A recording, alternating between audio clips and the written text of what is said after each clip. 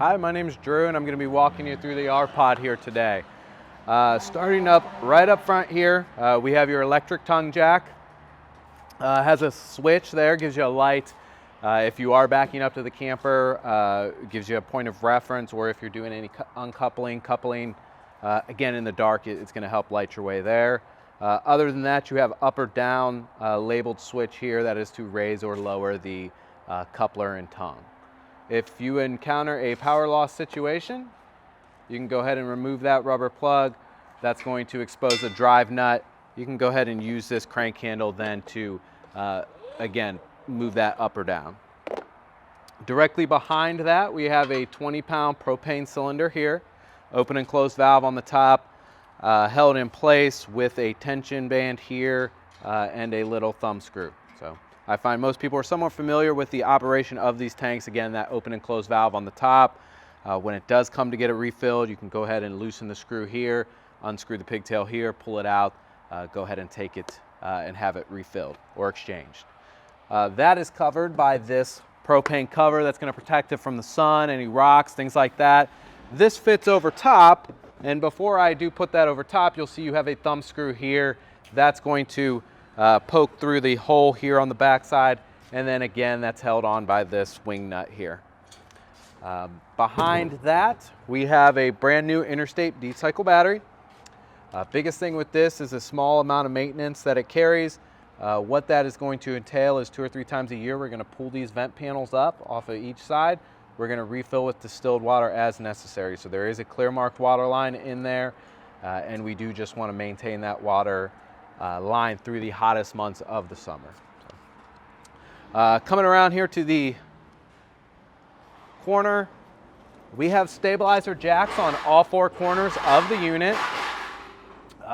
Those are for stabilization, they're not for leveling. So leveling from front to back is going to be done with the main tongue jack up front, and leveling from left to right is going to be done with the tires and your choice of a leveling kit.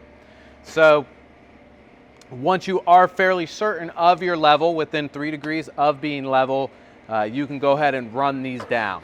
They again have that 3/4 inch drive nut on the end.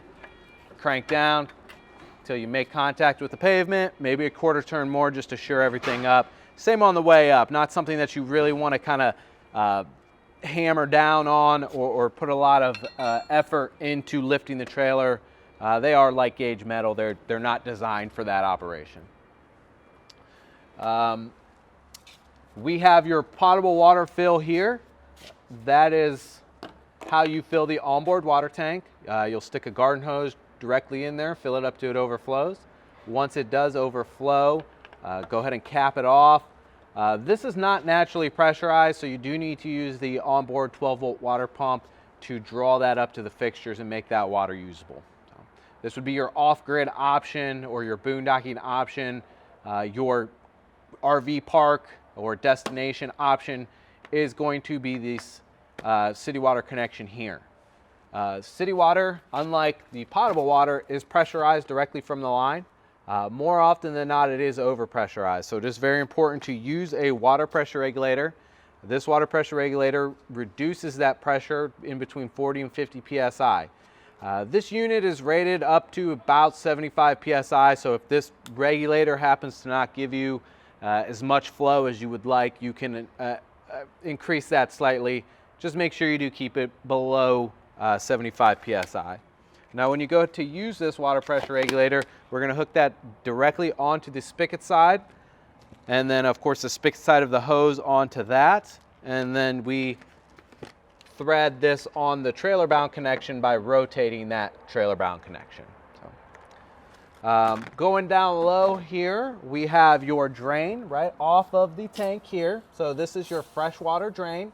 That's how you drain the potable water tank. So your boondocking option, your onboard water tank, you're going to drain that by unscrewing that plug. Generally, you can just keep that hand tight and it will, of course, allow you to keep less tools with the unit.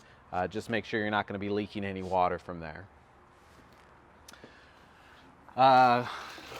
Coming down here to your sewer outlet connection, The way that they do this, or Forest River does it on this particular model, is they separate the gray water in the black water dump valves. What we are looking at here is the black water dump valve.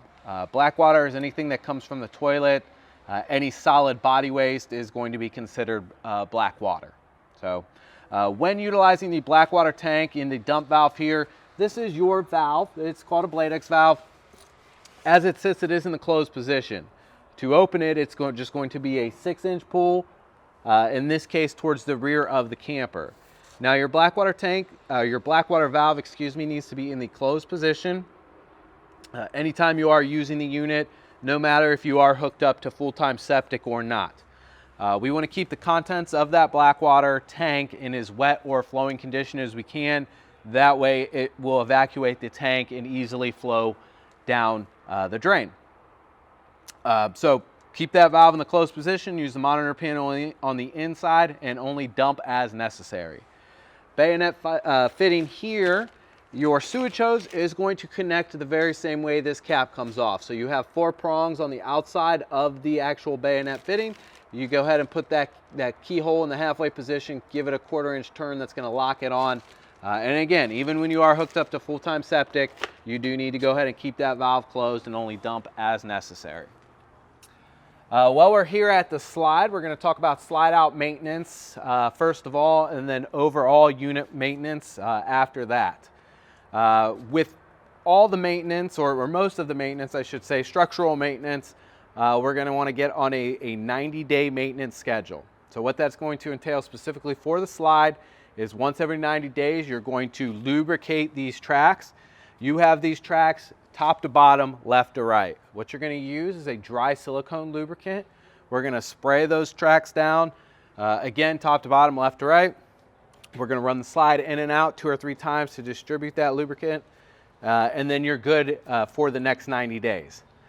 Also, at that same time, we're going to use a RV grade seal conditioner here on these seals. Now, these seals do run all the way around the slide, and we do have a set of seals on the inside because that slide seals in both directions. Again, every 90 days, we're going to spray that seal conditioner on these seals. Follow, of course, the directions on the can, but most of them will, you'll spray it down, leave it for a set amount of time, and wipe off the excess, and then you're good to go again for 90 days. So that pretty much entails the slide out maintenance here. Now let's talk about the overall structural maintenance. Again, on that same 90-day maintenance schedule, we do want to inspect all the seals of the unit. So anywhere where 2 pieces come together, they use some sort of sealant. Here on the body, they generally will use a 100% silicone product. You can source that, of course, at any RV dealer, any hardware store is going to carry a 100% silicone. And you generally will use a black and a clear, and it looks like for the most of this stuff, they're using a black silicone. So every 90 days, you're going to inspect every place, again, where 2 pieces come together. If you see any degradation in your sealants, we're going to touch those up. And in this case, you remove the bead of silicone and apply a new one. On the roof, again, on that same 90-day maintenance schedule, you are going to want to inspect those sealants as well. They differ from the silicone that we use here on the body. What you have up there is a self-leveling RV grade lap sealant, and that's what you are going to want to use to touch up any cracks, if you see it peeling up or coming loose. You'll of course want to do a spot seal for a certain amount of time, and then of course many years down the road you'll remove all of that old sealant and lay new sealant down. And again, that's an RV grade lap sealant. You'll source that from generally an RV dealer or an RV parts house is what you're going to have to go to get that. Moving on, tires, lug nuts. Lug nuts have been torqued to 100 foot-pounds here in the shop. Manufacturer recommends a retorque procedure. That's the first 15, 25, 50, and 100 miles of initial travel. They want you to go ahead and retorque those lug nuts down. And further from there on after, every time you move the camper or the start of each trip from there on after, you do need to go ahead and retorque those, make sure they are maintaining that 100 foot-pound torque. Next up is going to be tire pressure. This unit runs a 65 PSI tire pressure. We want to maintain that tire pressure. That's the max tire pressure rating on the sticker as well as on the sidewall of the tire. And with any trailer tires, you run them at the max. That's going to give you the highest flexibility in terms of weight rating, whether you're completely full or completely empty. That 65 PSI is a good number. So that's where we're looking to carry them. Moving down further, we have your gray water dump valve. Of course, doesn't differ much from the black water valve that we already talked about. As you can see, they are color coded in case you forget. Gray for gray water, black for black water. Operation is going to be the exact same. Not much to speak of on that. Cable satellite inlet here. If you are utilizing a Park Cable Service aftermarket satellite package, either one of those are going to be, this would be the inlet for either one of those. It is a standard RG6 cable fitting, pass-through connection to the designated TV area of the camper. So this would be the inlet. The outlet is again at the TV. We have your 30 amp 110 volt power supply here. Only plugs into the camper one way. If we go ahead and pull this out, you can see it is only accommodated one way. When plugging it in, of course, line up the right prongs with the right holes. Give it an 1/8 inch turn to the right, that locks it in. Then we do have a secondary collar here to screw down and lock it in further. Rooftop ladder access here. This model year of our pods does have a full walk-on roof. And it's nice to have the ladder, again, for that 90-day maintenance schedule. You should be up there once every 90 days. We have your furnace vent here. That is an exhaust vent. So, of course, number one, let it exhaust. You're not going to want to restrict that airflow. You're not going to want to store anything in front of it. It does blow very hot air when it is on. It also is a very large intrusion point for mud daubers, flying insects, things of that nature. They do love to crawl in, make their dirt nest or their wasp nest directly as close to the flow of propane as they can. So we want to see all of these propane appliances with, screened off to keep those insects from nesting again in those cavities. If we can get low here, we're going to take a look at the low point drains. Those are the lowest point in the unit's plumbing. That's how you're going to drain everything in between water source and fixture is going to be drained with those low point drains. They do have valves there, so just open up the valves. You're going to want to get, you're going to want to drain the unit of all of its water anytime it is going to be stored for more than 7 days. So number one, we talked about when it comes to draining it is going to be that freshwater drain. We saw that right up front. Next, we're going to come back here and we're going to open up those low point drains to drain all of that in between plumbing. And lastly, the last thing we do need to drain is going to be the water heater.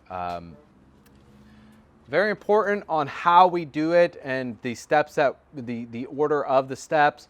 Number one, of course, give it ample time to cool down, a lot longer than you may think. Generally, I recommend people 8 hours. Once you are fairly certain of the temperature, we're going to go ahead and relieve the pressure. So you can either use the pressure relief valve here on the water heater.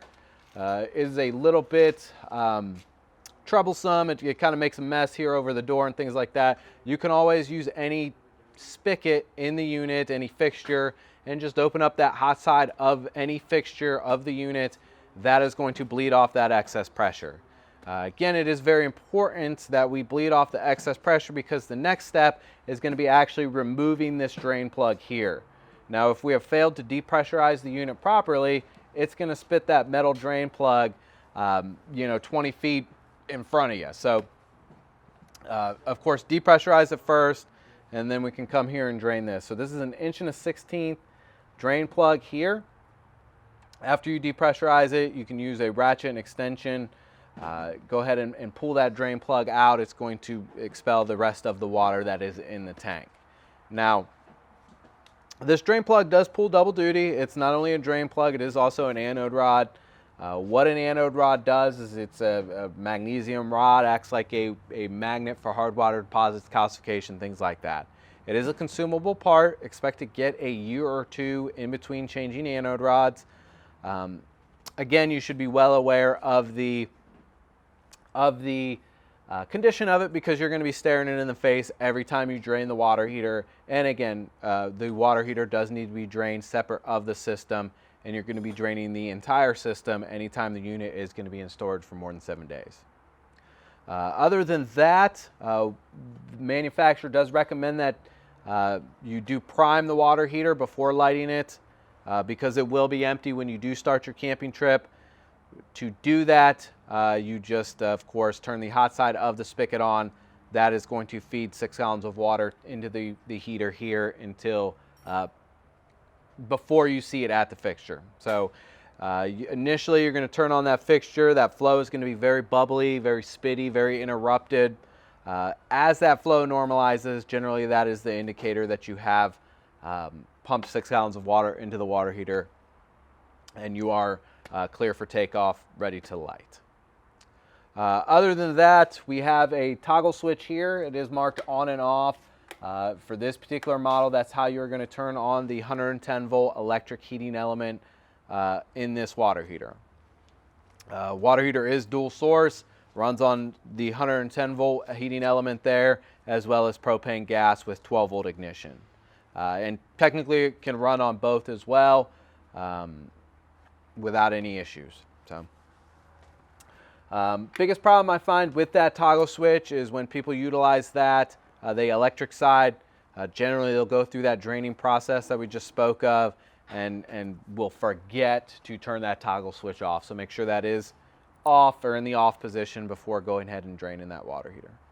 Also, again, we have some openings here for the water heater, and again, since it is a propane and burning appliance, we do want to make sure that we screen those off, keep mud daubers, flying insects, again, from nesting inside the appliance. And the same does go for the refrigerator vent here as well. That we're going to be looking at these openings here. So we're going to screen those off. And again, we're just looking to keep those mud daubers, flying insects out. Other than keeping the bugs out, not much maintenance. Not much maintenance with the refrigerator, especially here on the backside. Give it a visual inspection a couple times a year. Make sure nothing's gotten in. Visually, make sure everything looks okay, and you should be good to go. All your controls are on the front side of the unit. So we're going to put your tabs down first to put this door on. So the tab seat first. And you got some square holes you need to line up, and sometimes are easier than others to make it happen.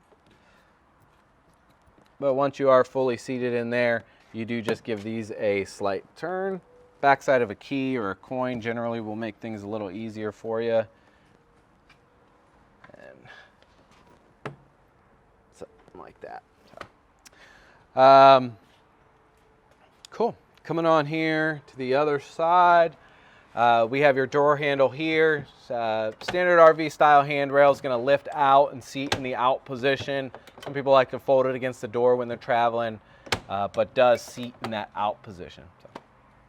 So, steps are up and in, so we fold that up, put it in. Porch light, awning, speakers, things like that. We'll get to the operation or the switches for those on the inside. We have your black tank flush here. Now this black tank flush corresponds with a jet inside the black water tank. It is specifically designed to help blast off compounded body waste, toilet waste, things like that.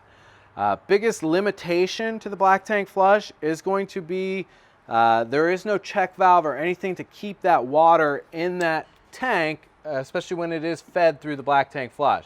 So what that means is if you hook up a hose to this and leave it for an extended period of time, the path of least resistance, believe it or not, is the rooftop septic vents.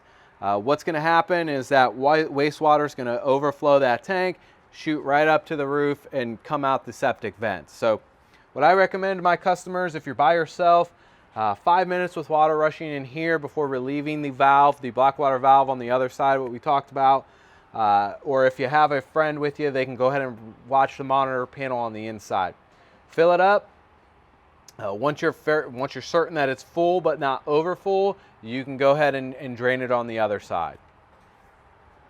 Other than that, it is it's a really good feature. It is going to keep their sensors and your tank sensors and your tank in tip-top shape.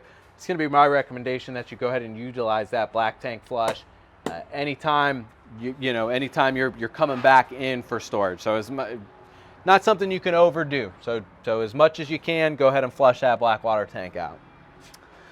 We have a couple 110 all-weather outlets here, so just some standard 15 amp outlets, nothing too crazy there. We have the outside kitchen here. It utilizes a series of quick connect fittings, not only for the water, but for the propane line there for the cooktop. That is going to look something like this. So you have your propane line here, and we have your propane connection on the tongue here. So once I remove that dust cap, we have this locking collar here. So if I slide that locking collar back and insert the male end here, once I am fully inserted, that's going to lock on there. Then we have a little valve here that we need to turn on to push that propane through the line. So that's that side, the trailer side of it. And then I take this other side, which should look somewhat familiar because it is that same connection that we utilized back there. And on the underside, you'll see again the male side of that fitting. You go ahead and insert this fully, and it can be problematic when you're not looking at it. And then you again have that valve. So once I open up that valve, we have propane running up to the cooktop there, and we can go ahead and utilize that. Now when it comes to actually lighting this, this is kind of a very basic camp stove. No spark or igniter. We're going to turn that to light, and there's no, it's not like a pilot. You don't need to hold it down. So once we turn that to light, that propane is flowing. We're going to take a long stem barbecue lighter and put our flame directly onto the burner. From there, you of course can adjust it anywhere down the road there. This whole kitchen area, if this is not something that you think you will be using too often, you can actually remove this whole thing. There is a little bar latch underneath here. If you undo that bar latch, the whole thing's going to come on out. Storing it, you gotta disconnect the propane line here before you can feed that back up. So once we do that, this is going to easily slide back in. And again, we have another bar latch here that's going to keep that from going anywhere when you're going down the road. Part of that kind of outside kitchen area is going to be your sprayer hose here. That does utilize a very similar quick connect fitting. So you have that locking collar. If you slide that locking collar back, that's going to allow you to connect or disconnect there. That just about covers it here on the outside. We're going to hop on the inside, start going over those features and appliances, and we'll see you in there. So here on the inside, right inside the entry door, we got kind of a lot going on. So let's start over here on this right side. First up is going to be your fire extinguisher. This is the first part of your safety equipment that we're going to come to. It's very important that we test your safety equipment every time you take the unit out. We do want to make sure that it is in good working order in the event that we actually need it. So testing this is going to be pushing that green tab down. If it springs back, that means you have life in the unit. If not, it's time to pull out and replace. We also have those dog bowls and storage compartment that I referenced earlier, which again is a nice thought. Here on the left side, we first off have your converter fuse panel breaker box. Everything we see there on the right side is going to utilize a replaceable automotive blade style fuse. And then everything here on the left side is going to be your standard resettable 110 volt breaker. Probably have some of these in your fuse panel box at home as well. Everything should be labeled in terms of function here on the door. And it's definitely going to be my recommendation to go ahead and keep a few extra fuses there inside the unit in the event that one would burn out. Now, they don't generally go out very often, but as fate would have it, if you don't have a spare, probably almost immediately need one. Next up, we have your road vac here. Now, this is a popular upgrade with these new R-Pods. This one in particular has a hose port here. Now, the unit does not come with the hose, so if you think you're getting a good amount of use out of that, or will, it may be worth upgrading for you to purchase that hose kit. But it is still usable, very usable in this capacity here. Now, the idea being is that we use a regular standard broom. We sweep our pile up and we bring it over here towards the door. And then we can go ahead and lift this up and sweep our dirt directly into there. So that's a really cool feature there. Now, this utilizes a standard sweeper bag, and that is going to be back behind this panel. We can kind of see that there.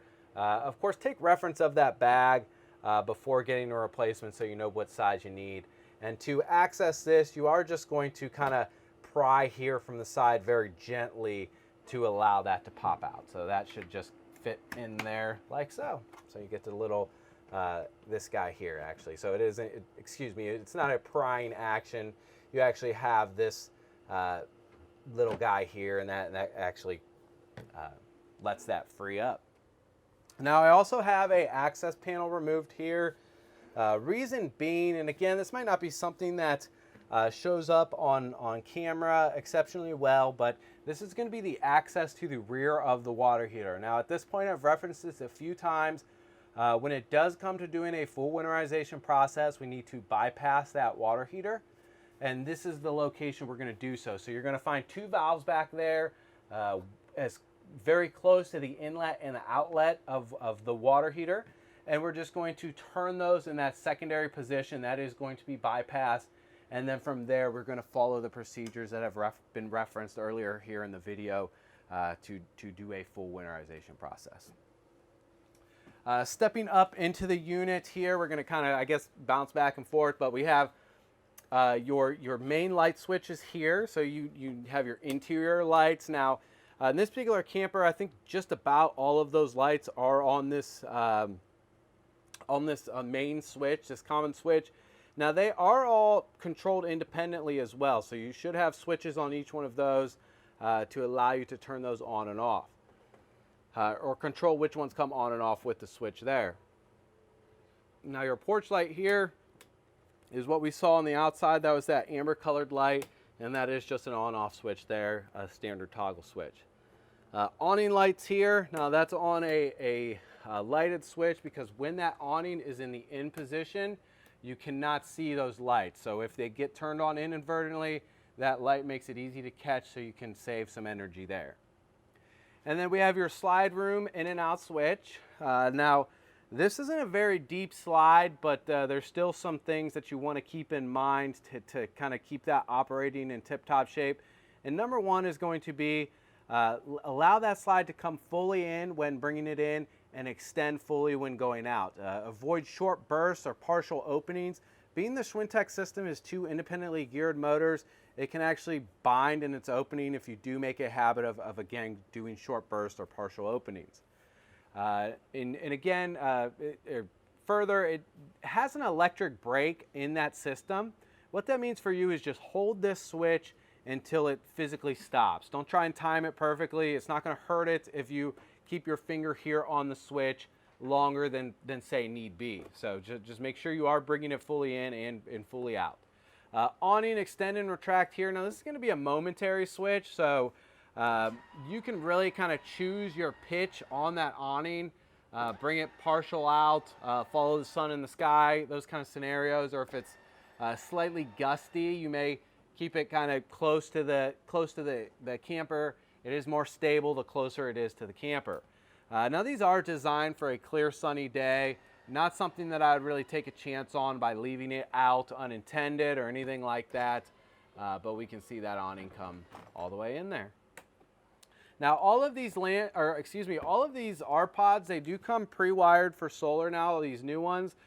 This is going to be the transition of those rooftop wires. This is where your charge controller would go. Again, this is something that if you have any curiosity of or any interest in, feel free to give our parts department a call. They do make it very easy to upgrade to rooftop solar, which is a nice feature. We have your courtesy panel here. Convenience center does go by by multiple names. Up top here, we are going to see your actual tanks, and they are labeled there. And then they correspond with these lights here. So right here we're testing battery, and then on the right side of those lights we can see it says L, F, G, and C. That's low, fair, good, and charge. So they're pretty vague there in terms of their scale, but what you need to know more is mostly is the more light you see, the fuller it is. Now, your battery is always going to read full when you are plugged into shore power. To get a true readout of where that battery sits, you need to unplug from shore power and then go ahead and test this button like so. And then again, you have your holding tanks, which are going to be indicated on the left side of those lights. Fresh water is full, black water is empty, gray water is empty. Then down below that, we have your water pump switch. So we have that water pump on right now because that's how we're operating the unit. We have that freshwater holding tank full, and we're making that water usable by using that 12-volt water pump to draw it up to the fixtures. And then we have the propane side of your water heater here as well. So we talked on the outside, we saw that switch for the 110-volt element. This is going to be the propane gas with 12-volt ignition source here. So when we go ahead and turn this on, now it's up to temperature, so it's not going to do much for us, but when we go ahead and turn this on, this fault light's going to come on with that switch. Now that fault light is essentially your indicator on whether or not the water heater has lit, and it may flicker on and off as it's going through its lighting cycles, but ultimately that water heater is only going to try and light 3 times. If it fails to light by that 3rd time, it's going to illuminate that fault light indefinitely, and that is just your indicator that's saying, hey, it didn't light. Now the problem is generally very simple. Either you don't have any gas left in your tank, or your valve may just be closed, or in a floor plan like this where you have the propane up front and the water heater all the way in the rear, sometimes it just takes a little bit more time for it to actually make its way to the appliance. Either way, in the event that happens, all you need to do is, of course, investigate the issue, make sure you have gas in the tank, make sure your valve's on, and if you can't find anything else, just turn the switch off, turn it back on. It's going to recycle and try and light again. Generally, if you've corrected the issue, it's going to light on the first try of the 2nd cycle. Coming around here to the refrigerator. Dometic has kind of streamlined this to try and make it look more like a residential refrigerator. What that means for you is all your controls are going to be there on the inside of the unit. So we have to open the freezer to access those. Very simple when it comes to controls. So just turning it on, generally, unless you have had previously running on gas, is going to kick it into that auto mode there. In that auto mode, it's going to, of course, default to AC voltage first. If it has not found AC voltage, then it's going to automatically start lighting on gas, or if that AC voltage becomes interrupted at any time, it's going to start lighting on gas. Your only other option with the appliance is forcing it to run on gas, which would be your boondocking option. Your going down the road option is going to only be gas, since this is only a 2-way refrigerator. There is no indicator that it is running on gas other than the position of the button. So you can see if that button is flush with the display, we would be in auto. If I go ahead and depress that button, it sticks out a little bit, we're in gas. Only indicators if it fails to light on gas, it'll not only illuminate that check light, but since the display is hidden, it's going to give you a little beep as well to tell you that there is an issue with the appliance there. Other than that, I mean, very kind of straightforward stuff here. You know, anytime you're storing the unit, we're going to want to prop the door open. I don't believe these have some of these will have a little built-in kind of clip thing, and I don't believe that this style does. If it has one, I'm not aware of where it's at this point in time. But you know, prop the door open, keep it from getting mildewy in there, and to open these, it is just a lift. So with this particular one, you just kind of lift it to the right there, and that will allow you to open it. Here in the kitchen, again, kind of really nothing, crazy or out of the realm here. You have this nice kind of cool round sink here, stainless steel sink. And then, of course, your countertop extender there. Light switches here, I referenced this, but you can see they all have a little center push button. You can turn those on and off independently. Above the head storage again. This kind of stuff is nothing too crazy. Love this large pantry with the adjustable shelves. That is a very efficient use of space, and you'll quickly find out that with these units, the more storage you have, the better. They do fill up very quickly. We have kind of really the same cooktop that was referenced outside. It's going to light that very same way. So long stem barbecue lighter, turn that to light. It's going to light the very same way. Now this one has a glass top. It does need to be said that before closing that glass top, we do want to make sure we give this ample time to cool down. This is tempered glass. I have seen these crack, so we want to make sure we're using that properly. Light switch here is just going to turn the backlight in here on the shelf, which again is a nice touch. And then we have your three-way oven here. Now I'm a huge fan of these. It's not only a standard microwave, it's a convection oven as well as a grill. Functions, of course, it has its own service manual, but it's going to operate very much like a microwave here, and I think you will be very pleased with the operation of that once you get used to it. They are, bar none, really cool appliances. And then below that, we have the blower motor there for your propane burning furnace. All of your heat in the unit is going to come from this location. Generally, they're slightly oversized for the capacity of the unit. You're going to have no problem controlling the temperature in a unit of this size with that propane burning furnace or the air conditioner. So they are both sized appropriately for the unit and work exceptionally well. Moving on here into this area here. Now this does make a secondary a bed, I should say, sleeping area, and we may kind of bumble around this a little bit, but your table here, now since it's already folded up, we'll just kind of use this. It unfolds like a standard card table. I'm sure you've probably done that before, where you're just going to pull this out until it locks. But what we're doing now is we are trying to make out the bed, so we're going to do so. Now you take this tabletop here, and you may need to move these cushions out of the way as well, but you're going to put that in there as well as you can. And then I believe they're going to use this cushion here to make that up and kind of finish that out. So that would be your kind of secondary sleeping area. Works well for that. Not really too terribly much to be said about that. You could carry the table up here onto the couch if you were inclined to do so. I'm not going to fish it out, but underneath this cushion, you'll find a strap with a buckle to go ahead and strap that in. Also above that, we do have your emergency exit window. Now, if you are particularly motivated enough, you could go ahead and pull both these latches up. It's going to allow that window to swing open, kind of like a doggy door. But that if your entrance is blocked, that again is going to be your emergency exit window. Now, all of the pull down shades in the unit are going to operate the same no matter the window, and that is just going to be a friction shade that you would pull down and push up when you're not using. Nice touch with these glass cabinets there, but they're again just some secondary storage. Come in here into the bathroom.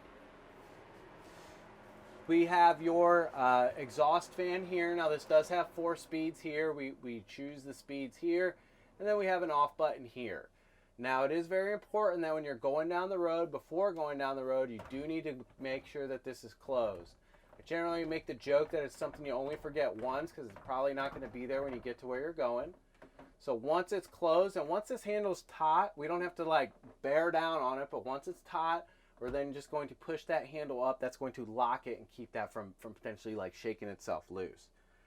We have your toilet here. It does have a pedal flush. It's going to be a light press to feed water to the bowl, and then a full press to flush. You're always going to want to keep water in the bowl. That's going to help keep those bad smells down. And just a reminder, you would always want to use single ply RV grade toilet paper and a toilet treatment product to help deodorize and dissolve toilet tissue as well. Again, if you have any questions on which products to use, which is going to be best for you, feel free to consult our parts department. They'd be happy to educate you on that. Coming over here to your outlet here in the bathroom. Now this is your main GFI outlet in the unit. So if we go ahead and we see this green light here, that means that outlet has been tripped.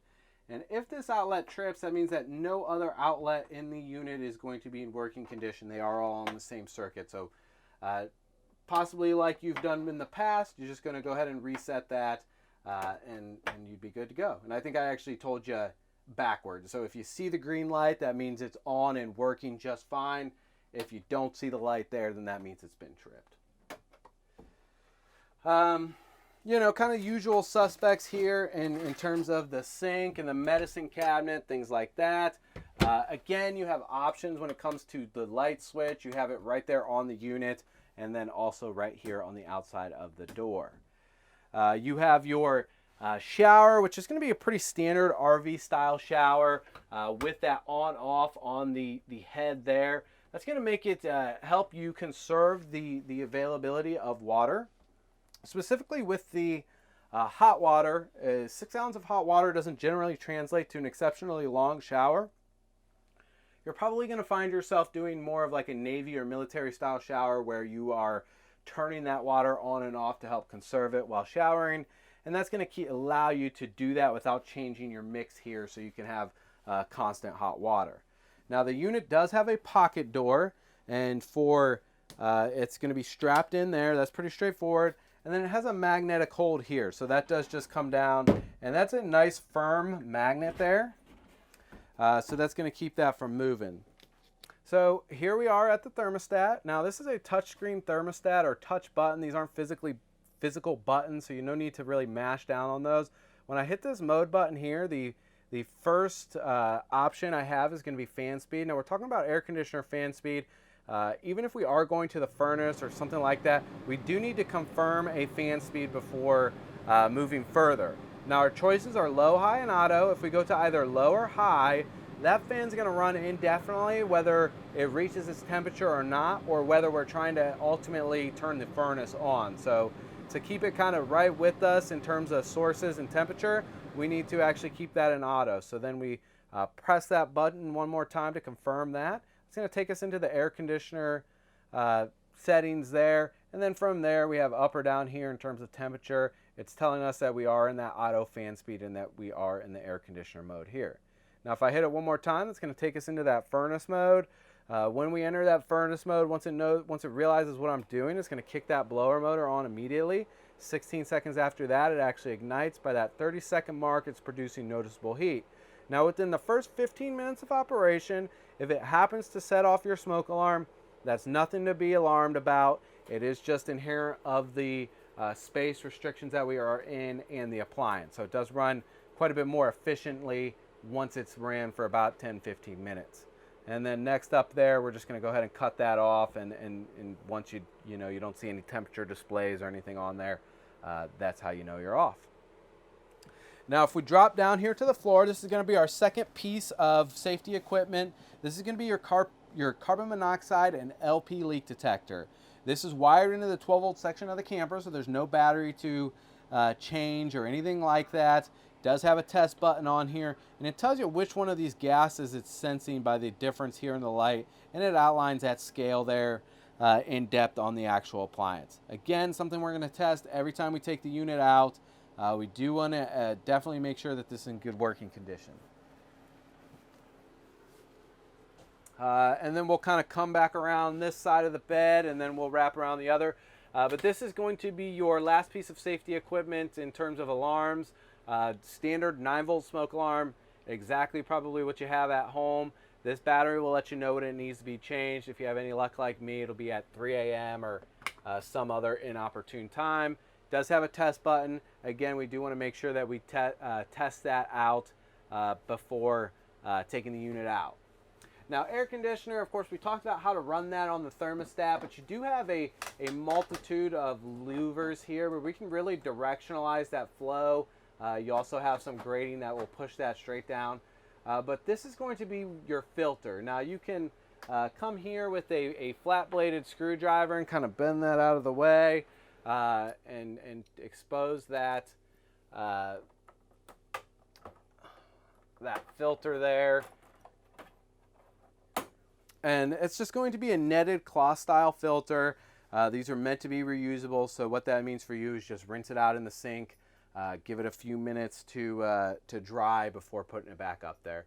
And then when you put it back up there, you have some tabs there. We'll put the breer on first, and then you just kind of work these guys back in there carefully and make sure you do have them all engaged there. And that one's giving me problems, but I'm not going to mess with it too much.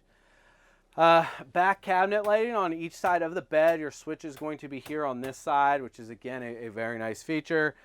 Down low we have USB chargers on each side of the bed, and then we have a 110 volt outlet as well. We also have some under bed storage too, which is again a very efficient use of space there. If you don't see yourself using that table there, that would be an excellent place to store that table if you don't want to buckle it in here on the couch when you're going down the road. Now transitioning over here to kind of your multimedia center of the unit, we have your television set here, which is going to be buckled in when going down the road, so that's secured by that strap. And I'm just going to move that out of the way here as far as I can, and that's going to not only expose your power source here, which this is a 12 volt TV, so you'll have access to that on and off grid. This is also going to expose your antenna booster plate here. Now on the roof of this unit, there's an omnidirectional digital over-the-air television antenna, and that is powered from this location here. So if you see that red light, that means that that antenna is on. If I go ahead and press that button and that light's off, that means there's no power running to that antenna.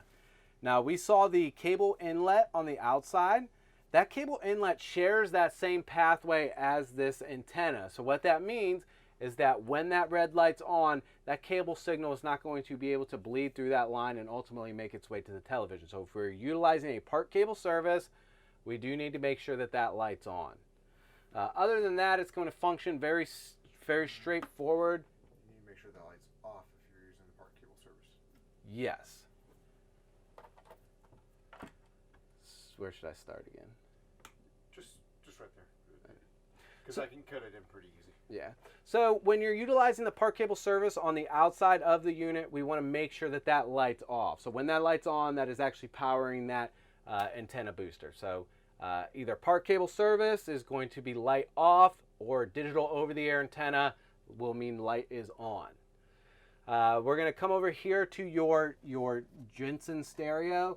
Now there's no longer a DVD player in this unit. This is going to be more designed for like streaming services, Netflix, Amazon Prime, whatever. But this is going to be essentially be a hub to run those to the television. So you have a USB inlet there, an HDMI inlet there, a couple 3.5 millimeter jacks. But this unit also is going to have Bluetooth, AM, FM radio, things like that. You do have two separate zones. Zone 1 is going to be inside. Zone 2 is going to be outside. You'll control the volume separate there for each zone. Sources are going to be up here on the top. Very easy to navigate around. Of course, it is going to have a service manual with it as well. So you give you kind of like a quick start tag here. And it does have a pretty cool app that you can run with that and have further control on your phone.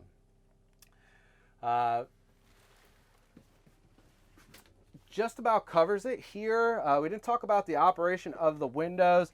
You do have like a spring-loaded locking tab there, so you kind of get a wide stance here and pull that out, and that will allow you to open the window. And then when you go ahead and shut it, just make sure you are hearing that click and getting that fully locked. Maybe give it a second try there. That just about covers it here on the inside of the unit. If you do have any questions or concerns, anything comes up, something that we can maybe re-explain or go over in depth, please don't hesitate to give us a call. We're here to help. And if you have any questions on any of kind of those part suggestions that we maybe talked about through the unit, please don't hesitate to give our parts department a call. Thank you.